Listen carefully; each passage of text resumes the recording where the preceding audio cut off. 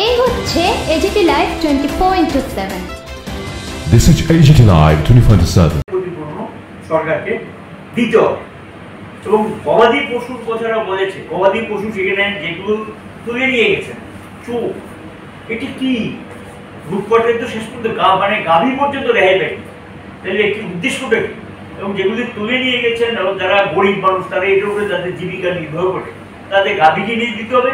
আর যেটা পুড়ে গেছে সেই পরিবারকেও ক্ষতিপূরণের ব্যবস্থা সেখানে আমাদের দেখতে করতে হবে এবং এফআইআর সুমোটো নিতে হবে, নিয়ে সেখানে পুলিশের সামনে ঘটনা কারা করেছে পুলিশ নিশ্চয়ই দেখেছে, সেখানে সুমোটো এফআইআর নিয়ে দোষীদেরকে চিহ্নিত করে তাদের বিরুদ্ধে আইনানুগ ব্যবস্থা গ্রহণ করে কিন্তু বলেছে। সিকিউরিটি ক্যাম্প সেখানে স্থাপন করা, প্রচন্ড ভীত সন্ত্রস্ত সেখানকার মানুষ, সিকিউরিটি ক্যাম্প সেখানে স্থাপন করা। আর যারা ওই সমস্ত কি ভাঙচুর কি ঘটনা যেটি অজুহাত হিসেবে সামনে আনার চেষ্টা করছেন এগুলো তদন্তের আওতায় নিয়ে এসে যদি কেউ যারা জড়িত এগুলো খুঁজে বের করা ব্যবস্থা নেওয়া এবং এটাকে আসলে ঘটনা নেওয়া কি ব্যাপার সেটা সবটাও তদন্তের আওতায় নিয়ে এসে দেখার জন্য আমরা বলবো। খাদ্য পানীয় জল এখন একটা ক্যাম্প ওপেন হয়েছে, সেখানে বই পুস্তক ইত্যাদি দেওয়ার ব্যবস্থা করা, মেডিসিন দেওয়ার ব্যবস্থা করা,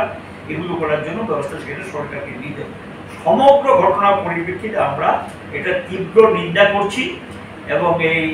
যারা ক্ষতিগ্রস্ত পরিবারগুলোর সঙ্গে আমরা নিন্দিত হতে ভাবতো আমরা তাদের প্রতি সমবেদনা জানাচ্ছি এবং সহানুভূতি প্রকাশ করছি এবং সরকারকে তাদের দায়িত্ব নেওয়ার জন্য আমরা দাবি জানাচ্ছি। এবং এর পরিপ্রেক্ষিতে বলবো যে রাজ্য পুলিশ প্রশাসন এবং প্রশাসন দুটো আরও বেশি এবং দেখা গেল বন্যার ক্ষেত্রেও সেখানে আগাম সতর্কতা ইত্যাদিকে কেন্দ্র করে বন্যায় যখন ক্ষতিগ্রস্ত হয়েছে এটাও কিন্তু কম বেশি একটা ব্যর্থতা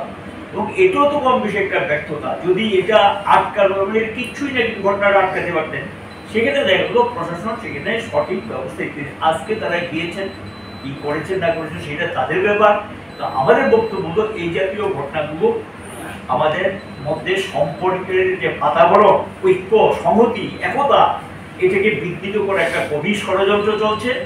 এবং এটা হলো মূল সমস্যা থেকে মানুষের দৃষ্টিটাকে ঘুরিয়ে দেওয়ার জন্য এই ষড়যন্ত্রের যাদের ত্রিপুরাবাসী কথিত তারা এটাকে প্রতিরোধ করেছেন। এর পরিপ্রেক্ষিতে আমরা আজকে মুখ্য সচিব শেষ পর্যন্ত কী করবো,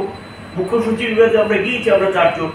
সিপিআইএম এর পক্ষ থেকে গিয়ে আমরা এই দাবিগুলো জানিয়েছি যাতে মুখ্য সচিব বলেছে তিনি এ সম্পর্কে যথাযথ